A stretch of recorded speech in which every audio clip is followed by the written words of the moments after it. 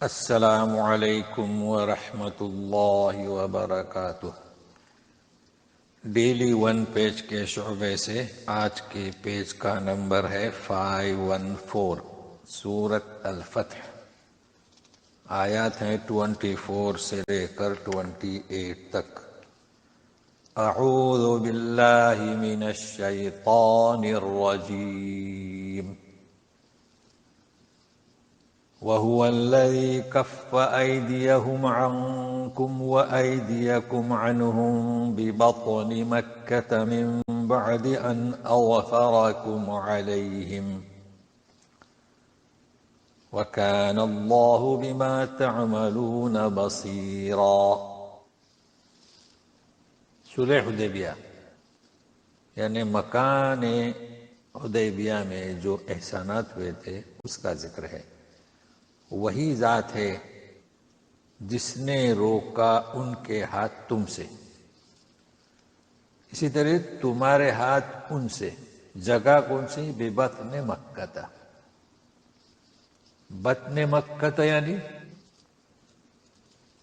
شمیسی سے لے کر حدیبیہ سے لے کر مسجد عائشہ، یعنی جو اطراف کی جو حدود ہیں، حدود حرم، تو یہ مکہ شہر اور اس کے حدود جو ہیں اسے کہا جائے گا بطن مکہ، اور شروع میں با ہے یعنی اس جگہ میں۔ اور اسفر کے معنی تمہیں موقع دیا تھا ان پر، اسفر کمالہم۔ تو ذکر ہو رہا ہے کہ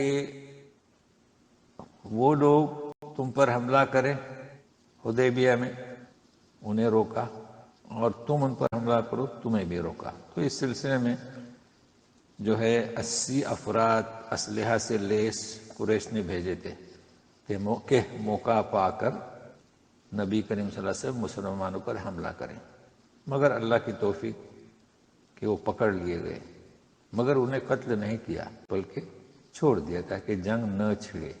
تو یہ ہے اللہ نے توفیق دی، ان کے ہاتھوں کو یعنی حملے کو روکا، اور تم ان پر حملہ کرو اس سے بھی روکا۔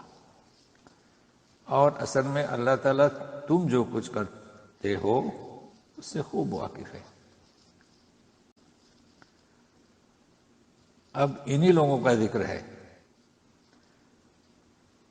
صلح حدیبیہ میں جنہوں نے تم کو روک رکھا تھا عمرہ کرنے سے، تو اس کی تفصیل ہے۔ هم الذين كفروا وصدوكم عن المسجد الحرام والهدي معكوفا أن يبلغ محله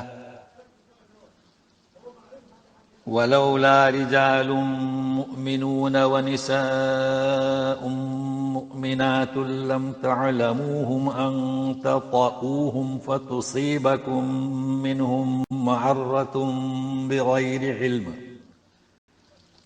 ليدخل الله في رحمته من يشاء لو تزيلوا لعذبنا الذين كفروا منهم عذابا أليما۔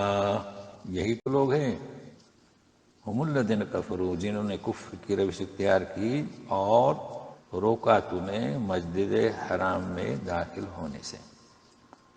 ظاہر کہ روک دیا تھا، مگر اگلی عبارت دیکھیے، اور ہدی جو موقوف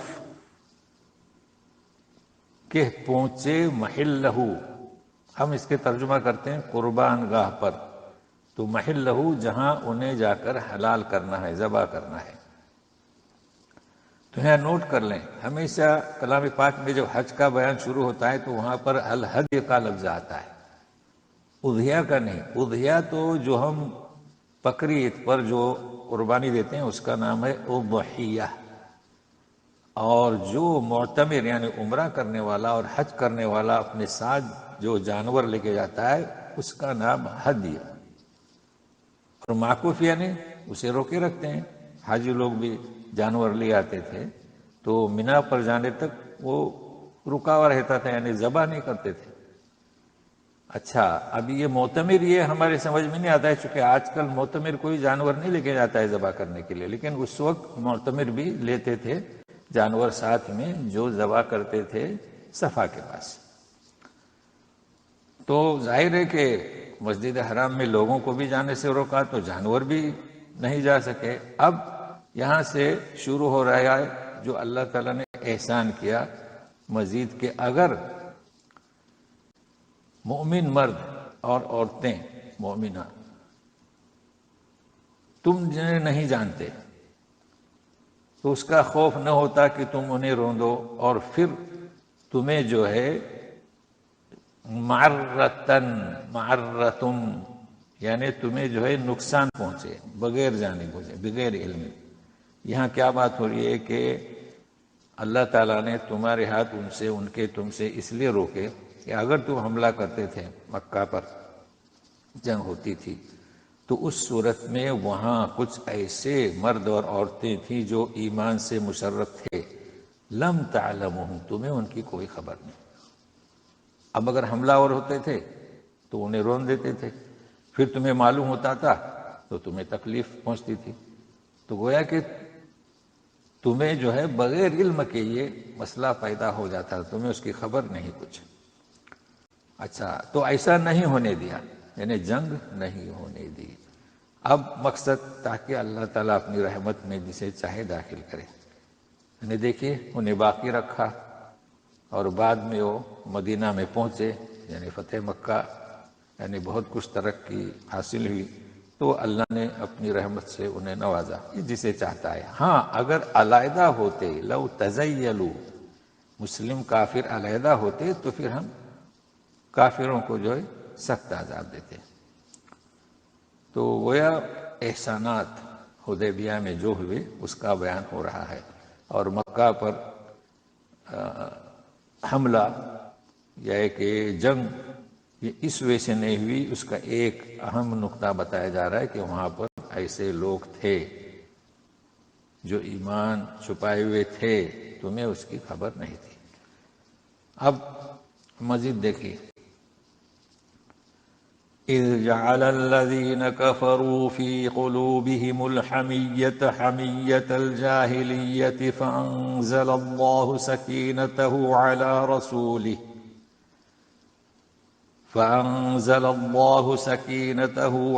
رسوله وعلى المؤمنين وألزمهم كلمة التقوى وكانوا أحق بها وأهلها وَكَانَ اللَّهُ بِكُلِّ شَيْءٍ عَلِيمًا۔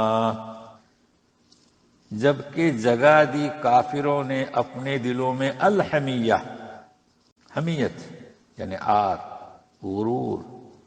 کون سی حمیت؟ جاہلیت کی۔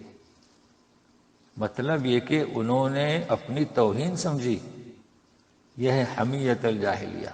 غرور سمجھا کہ مسلمانوں کو مکے میں داخل ہونے دیا جائے۔ ایسی صورت میں مسلمانوں کے جو جذبات تھے تو اللہ تعالیٰ نے اطمینان اتار دیا، سکینت اتاری اپنے رسول اور مؤمنین پر۔ وَأَلْزَمَهُمْ یعنی توفیق دی انہیں کلمۃ التقویٰ، تقویٰ اختیار کرنے کی۔ وَكَانُوا أَحَقَّ بِهَا وَأَهْلَهَا۔ اہل یعنی کیا؟ ہم کہتے ہیں وہ اس کا اہل ہے، ہم اہل قرآن ہیں، تو پرہیزگاری اختیار کریں، اس کے اہل تھے وہ، اور احق اور زیادہ حقدار تھے، مستحق تھے۔ تو ابھی ترجمہ میں اہل کا ترجمہ پہلے، چونکہ اردو ترجمہ ہے تو اس کے اہل بھی تھے اور زیادہ مستحق بھی اسی کے تھے، تو اللہ تعالیٰ نے انہیں پرہیزگاری کی توفیق دی، اور اللہ تعالیٰ ہر چیز سے باخبر ہے۔ لقد صدق الله رسوله الرؤيا بالحق لتدخلن المسجد الحرام إن شاء الله آمنين محلقين رؤوسكم ومقصرين لا تخافون فعلم ما لم تعلموا فجعل من دون ذلك فتحا قريبا۔ اللہ تعالیٰ نے حق اور سچ خواب دکھایا اپنے رسول کو۔ وہ کیا خواب تھا؟ کہ تم ضرور ضرور داخل ہوگے مسجد حرام میں اگر اللہ چاہے، آمینین، امن و امان سے، محلقین مڈواتے ہوئے اپنے سروں کو، مقصرین کترواتے اپنے سروں کو. یعنی دو چیزیں ہیں، یا تو اس طرح سے مڑوا دو یا کینچی سے یا مشین سے کتروا دو.